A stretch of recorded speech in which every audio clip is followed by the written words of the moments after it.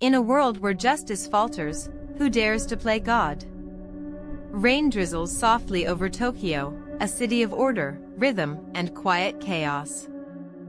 Neon signs hum in the distance, students hurry home under umbrellas, and amidst it all, a single notebook falls from the sky.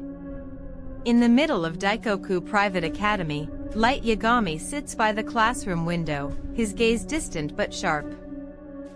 At just 17, Light is everything society praises, top of his class, athletic, disciplined, a genius who could shape the future. But behind his perfect smile hides something deeper, a gnawing boredom. He looks out at the gray world beyond the glass, where crime headlines flash across screens, and injustice fills every corner of society. The world is rotten, he whispers to himself.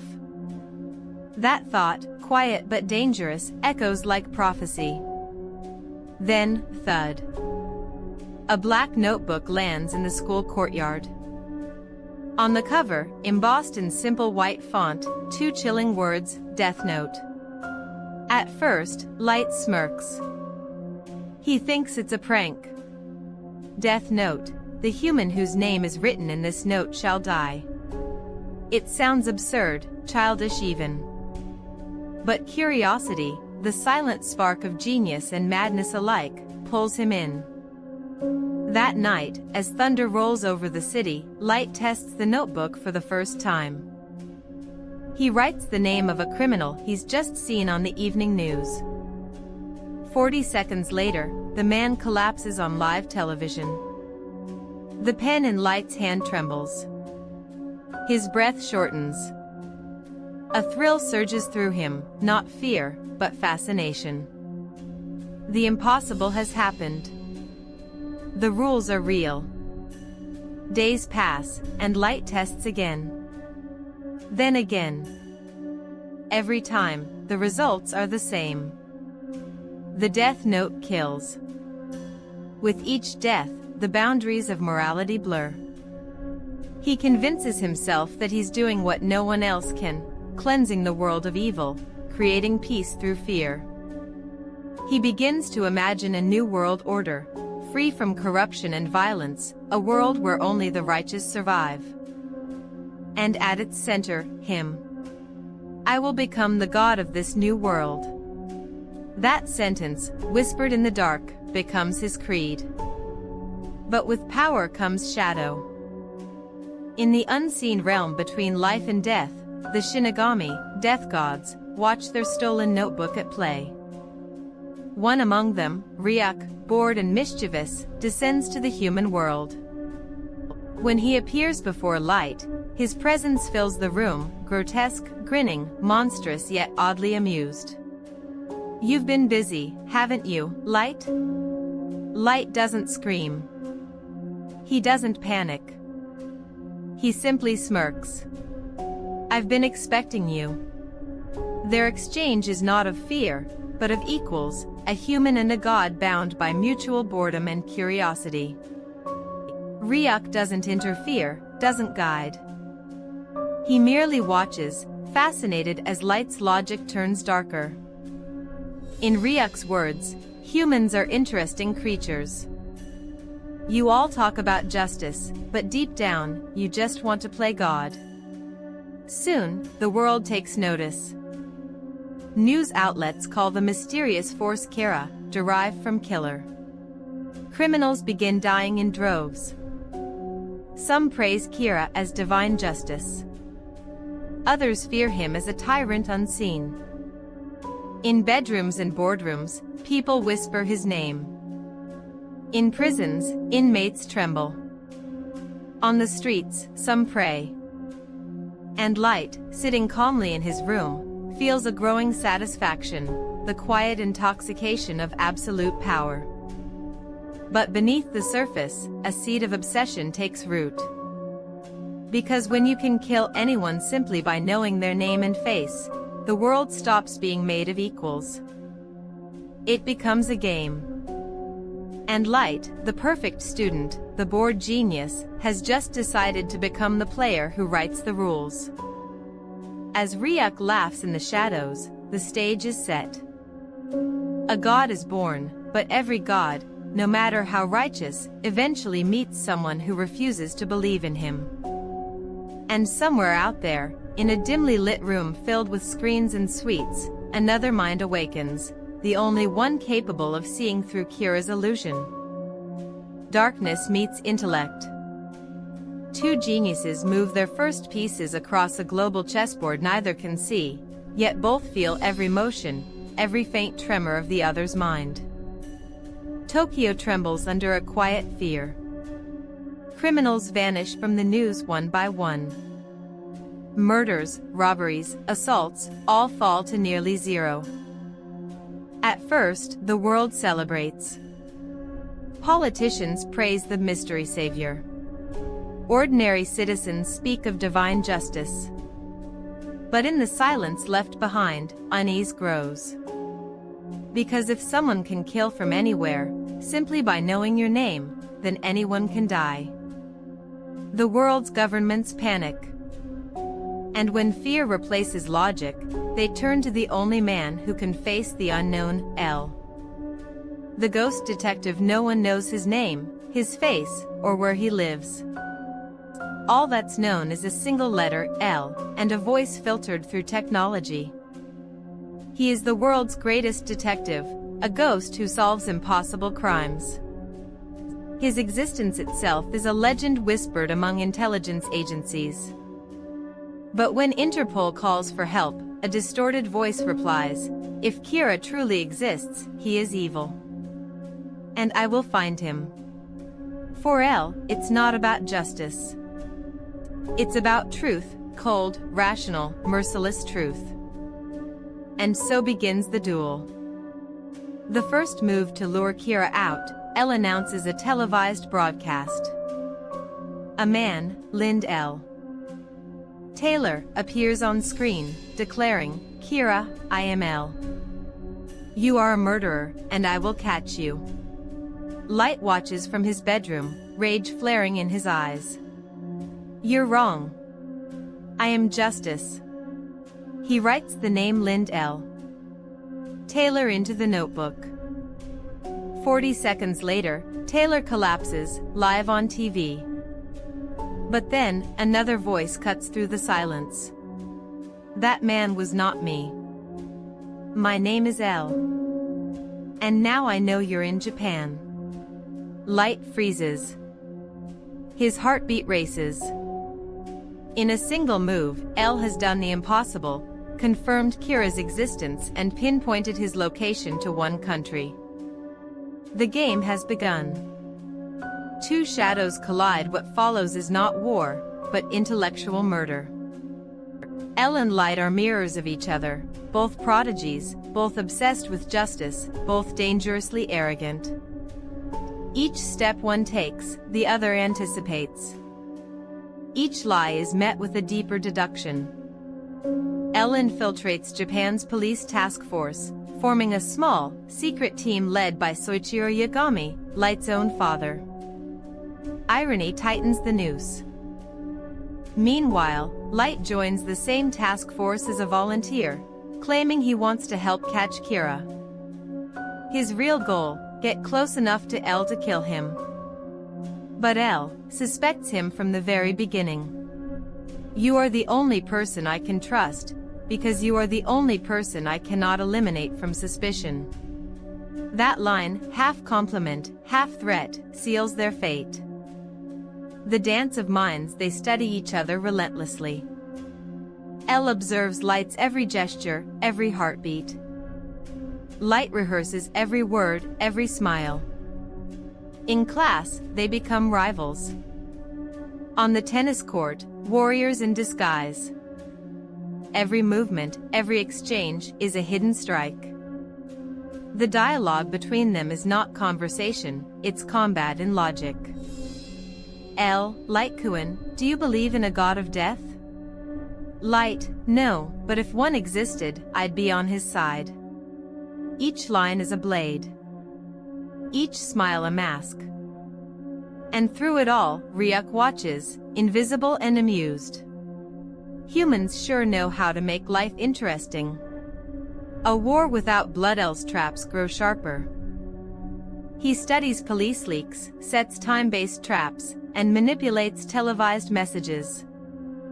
Light counters with surgical precision, predicting every investigative move. At one point, when L confronts him directly, Light doesn't flinch. If I were Kira, L, you'd already be dead. If you were Kira, Light, I'd thank you before I died. Silence. Two eyes lock. It's not hatred, it's mutual respect, twisted by obsession. They are equals, bound by fate, destined to destroy one another because only one can be right. But as the world trembles beneath their unseen war, another force begins to interfere, a new Kira. Someone else has found a death note. And the game, once a duel, becomes chaos. Because when gods multiply, even geniuses lose control. The chessboard cracks. The cat and the mouse now share the same trap.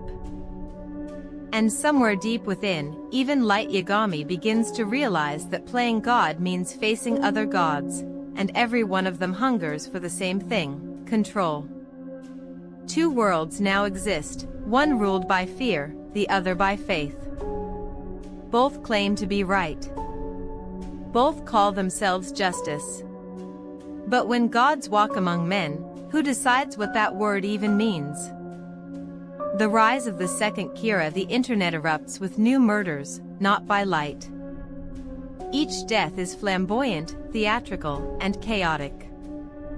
The handwriting is different. The pattern is different. Elle immediately knows, there's another one. The new killer calls herself Misa Amain, a famous model and actress. But beneath the glamour lies tragedy. Her parents were murdered, and Kira avenged them. She now worships Kira not as an ideal, but as a god. Unlike Light, Misa doesn't kill for justice, she kills for devotion. Her death note, given by another Shinigami, Rem, gives her the same lethal power. But she also possesses something Light does not, the Shinigami eyes, allowing her to see anyone's real name by looking at their face. This makes her both a blessing and a curse to Light's plan. When they finally meet, the tone of the story changes. She kneels before him, trembling. Kira, my god. I'm your servant. Light sees opportunity and danger. He accepts her devotion, but not her love. To him, Misa is a pawn, a useful tool in his divine game. But Rem, the Shinigami who loves Misa, watches closely. And in the world of gods, love always comes with a price. The masks of righteousness. Light and Elle continue their deadly chess match. But now, they're closer than ever, literally chained together by handcuffs, Elle's final gambit to test his theory that Light is Kira. It's a haunting image, two prodigies bound side by side, eating together, studying together, sleeping under the same surveillance. Every breath, every gesture, analyzed. If you're innocent, Elle says, you'll understand why I must doubt you. And if I'm guilty, Light replies with a faint smile, you'll die before you prove it. Somewhere between rivalry and recognition, something strange happens, they begin to respect each other. Elle, the man of logic, sees brilliance in Light's conviction. Light, the self-made god, sees reflection in Elle's purity. It's tragic, two men destined to destroy one another, yet capable of being the only true friends either would ever have. The trap within the trap. To escape suspicion, Light devises a near-suicidal plan. He willingly gives up ownership of the Death Note, erasing his memory of being Kira. Suddenly, he becomes innocent, genuinely. His calm intellect remains, but the darkness vanishes. He truly believes he's helping Elle catch Kira. And in those moments, we glimpse something haunting, the Light Yagami who could have been. He laughs more. He speaks kindly to his father. He works side by side with L as a true partner. For the first time, justice feels united. But the illusion cannot last. The Death Note finds its way back to Light. His memories return like a storm, swallowing innocence whole. And with that, the god is reborn.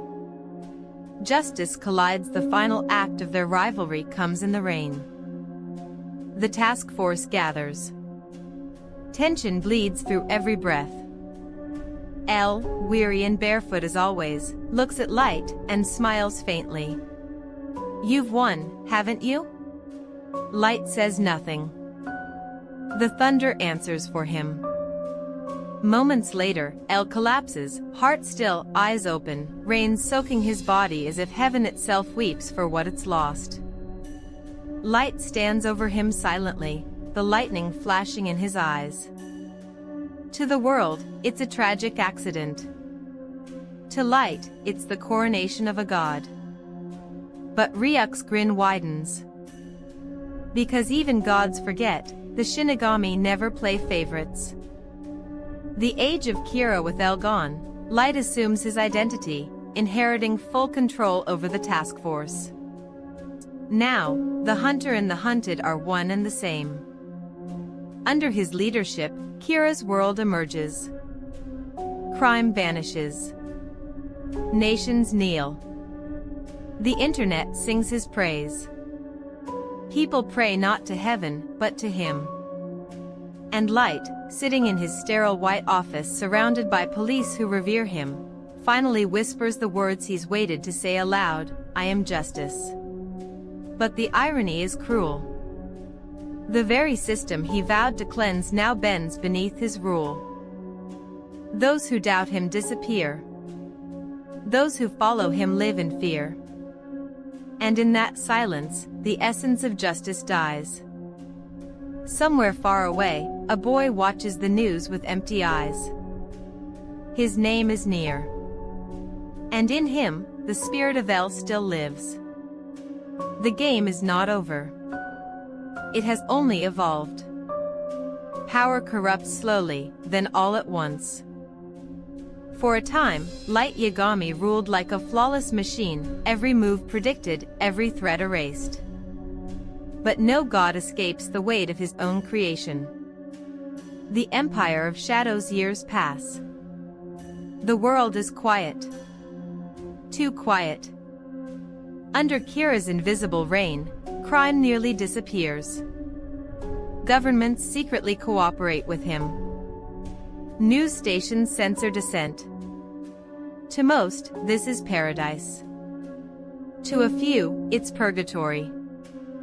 The Kira task force, once formed to stop him, now serves under his command.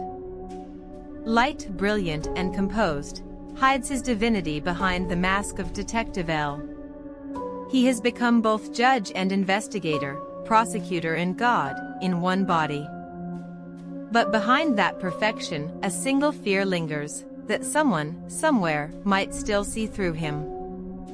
And indeed, someone does. The heirs of L, two children raised under L's tutelage, Near and Mello, carry his legacy forward in their own ways. Near, cold and analytical, inherits L's detached logic. Mello, impulsive and fiery, embraces chaos as his weapon. They are not partners, they are rivals bound by the same goal, to bring down Kira. Near studies patterns in global death data from a secure facility. Mello, unwilling to play by rules, joins the mafia to hunt Kira from the shadows. Together, unknowingly, they begin to close in. The cracks in perfection for Light, maintaining control means constant vigilance. He eliminates threats before they grow, manipulates his allies, and feeds false information to anyone who might suspect. But power breeds arrogance, and arrogance blinds even the brightest minds. He underestimates Mello, who kidnaps Light's sister to expose Kira's identity. In panic, Light's father sacrifices his own life in a desperate attempt to protect her. The moment his father dies believing Light is innocent, something irreversible happens inside him. For the first time, Light, the god of the new world, feels something like guilt. But he buries it. Because gods, he tells himself, do not mourn. The puppet master unmasked Nier, methodical as ever, gathers the final pieces. He forms the SPK, a special investigation team operating beyond any government's reach. He watches Light through layers of indirection, waiting for him to slip. Every false alibi Light creates, Nier tests. Every decoy, Nier sees through. And slowly, piece by piece, the god begins to unravel. Kira is not justice, Nier says in one broadcast. Kira is the belief that the end justifies the means. And when humans believe that, they stop being human. Light scoffs at the message, but the words linger like poison. He realizes something chilling: he no longer kills for justice. He kills to sustain the illusion of being right. The final game Nier arranges one last meeting, in an abandoned warehouse, eerily reminiscent of the place where this story began, empty, gray, and silent. Light walks in confident, radiant, flanked by his loyal task force. Nier sits across from him, surrounded by silence and white masks. The two minds, Bells Air and Kira himself, face each other for the final time. Nier, you've lost, Light Yagami. Light, smiling, I don't lose. I am the god of the new world. Nier reveals the trap: he has replaced the pages of Light's death note with fakes. When Light writes Nier's name, nothing happens. The silence that follows is deafening. Panic flickers across Light's face for the first time in years. He lunges, screaming, desperate to prove his divinity one last time. But it's over. The task force, his own men, look at him not as a god, but as a madman. His mask shatters. The boy who once wanted to cleanse the world is now drowning in his own delusion. The death of Kira bleeding, cornered, trembling, Light staggers through the warehouse. Images flash before him: his childhood, his father's voice, Elle's smile, Misa's tears. He sees everything he's lost, everything he's become. I am justice, he whispers, weaker now. I am the god of the new world, but no one listens. From the shadows, Ryuk sighs, the same way one sighs after a long, boring story ends. He opens the real death note. You've entertained me, Light. But this is where it ends. And as he writes Light's name, the god of the new world falls, not with thunder, not with screams, but with a faint smile of disbelief. So this is how humans die. Light collapses, his reflection caught in a broken shard of glass, a god looking at the mortal he always was. The warehouse falls silent. The world moves on. Kira's name fades from headlines. People still whisper about him, savior to some, monster to others. But all gods are forgotten eventually. Only the question remains. The god is gone, but his shadow remains. In the quiet aftermath of Light Yagami's fall, the world exhales for the first time in years. The age of Kira ends, or so it seems. Yet justice, once tainted by divine ambition, can never return to what it was. The Death Note still exists. And with it, the truth that destroyed them all: humanity was never ready to wield the power of gods.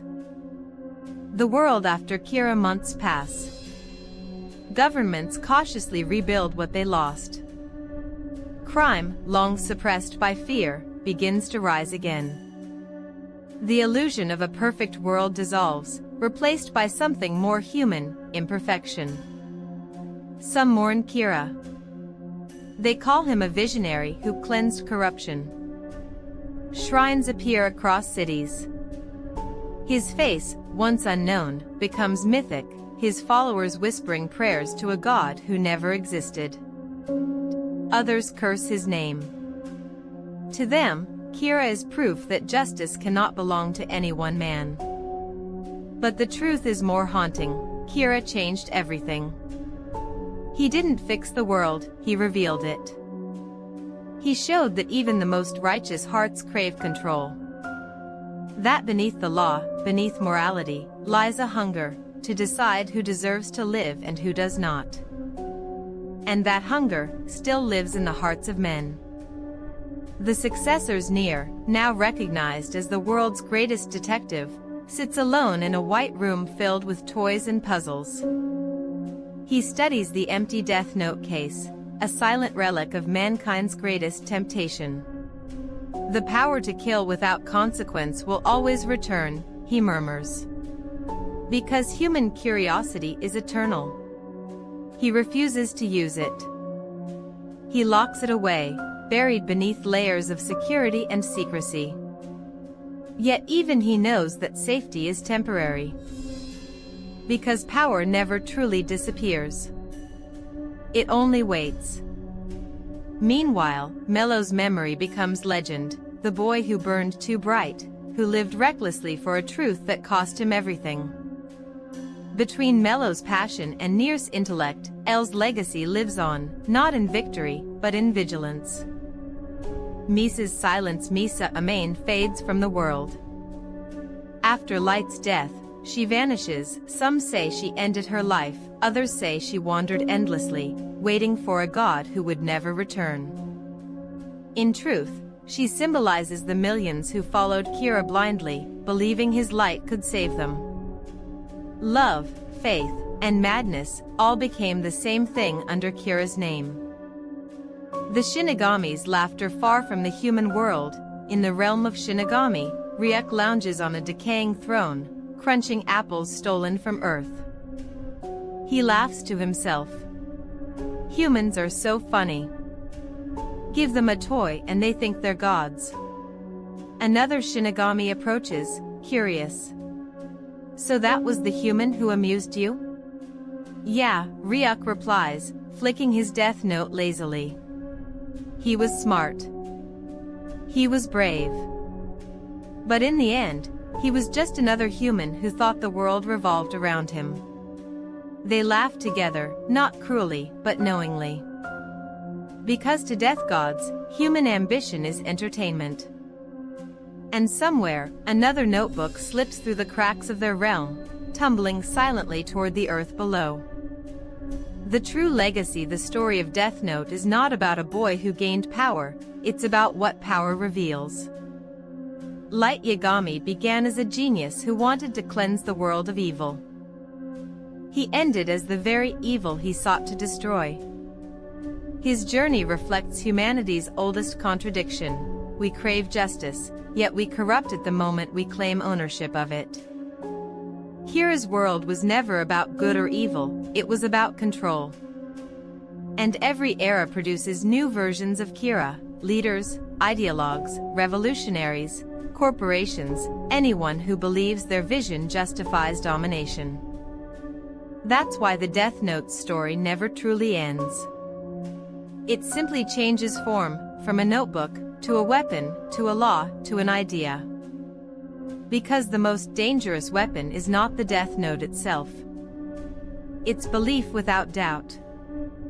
The final image. Somewhere, deep in the night, a notebook lies forgotten on damp earth.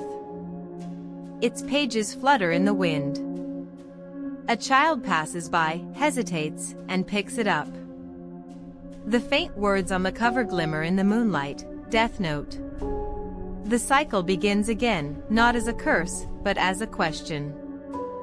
What would you do if you held the power to decide life and death? Would you destroy evil, or become it?